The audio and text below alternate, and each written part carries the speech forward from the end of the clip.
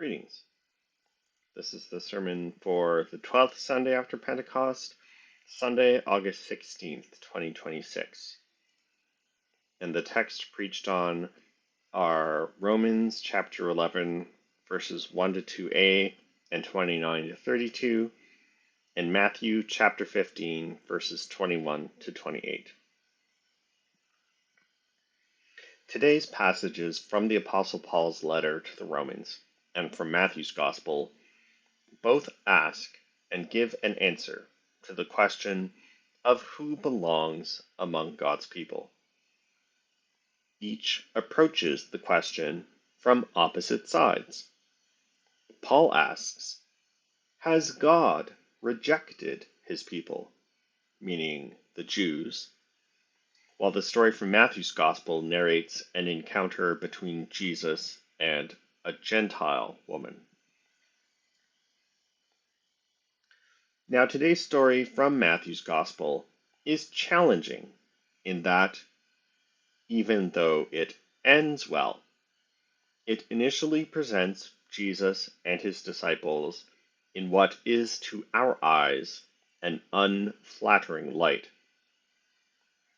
Indeed, Jesus, by initially rejecting the Canaanite woman's plea to help her daughter in the way that he does, is, by our standards, being racist.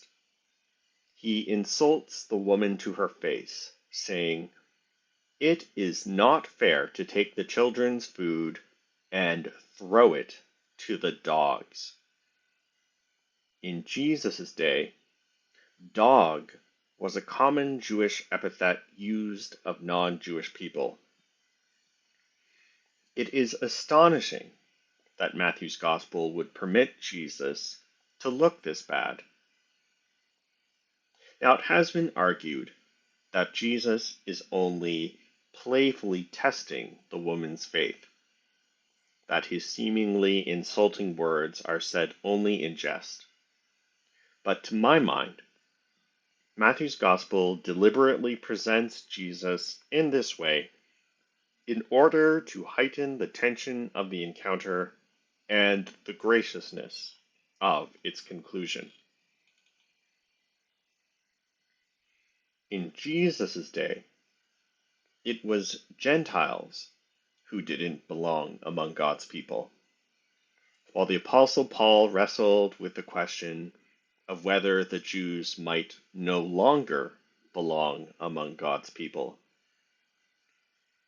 Now, it is easy for us to say that anyone and everyone might belong among God's people, but that is not something that we can afford to take for granted.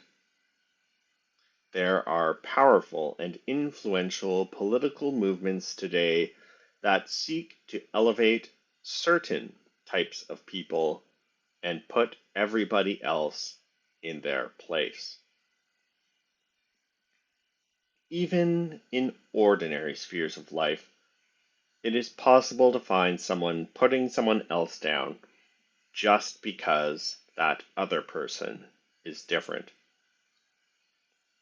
When the current blockbuster film The Odyssey was released, there were complaints because Lupita Nyong'o, a woman of color, had been cast as Helen of Troy.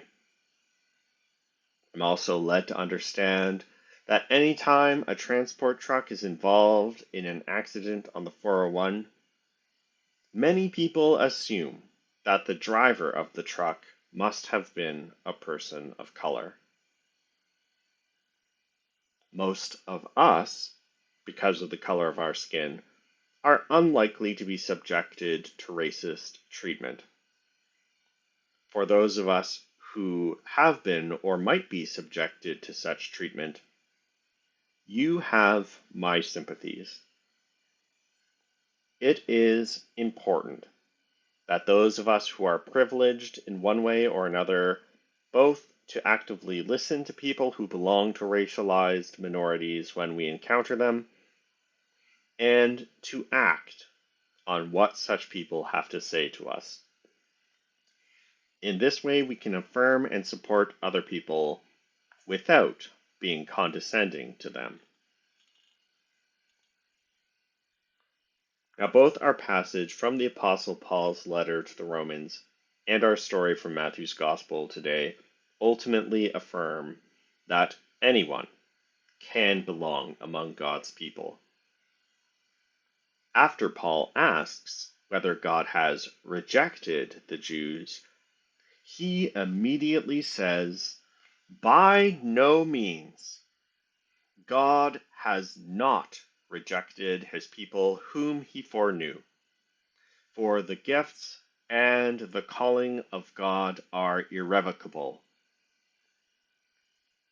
Likewise, despite initially rejecting the woman's plea for help because she is a Gentile, and worse, a Canaanite, an historical enemy of the Jewish people, in the end, Jesus praises her faith and heals her daughter. It is not inappropriate to say that Paul learned that God was more gracious than even he could imagine.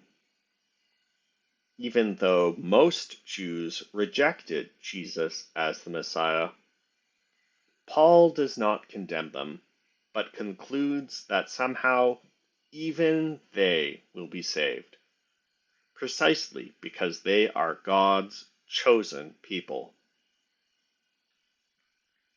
In the same way, it can even be said that Jesus learned something from his encounter with the Canaanite woman, which is that he was called to bring God's mercy not only to the lost sheep of the house of Israel, but also to all who seek it. And he will authoritatively affirm this perspective after his resurrection, when he commands the disciples to go and make disciples of all nations. Perhaps the second most important aspect of today's story from Matthew's Gospel is the persistence of the Canaanite woman. She does not give up.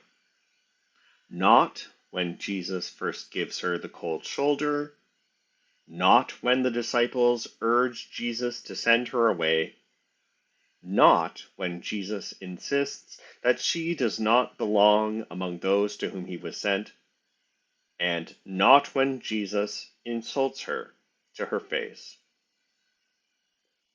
When we face discrimination, if we persist in seeking justice, it is more likely that justice will eventually be done.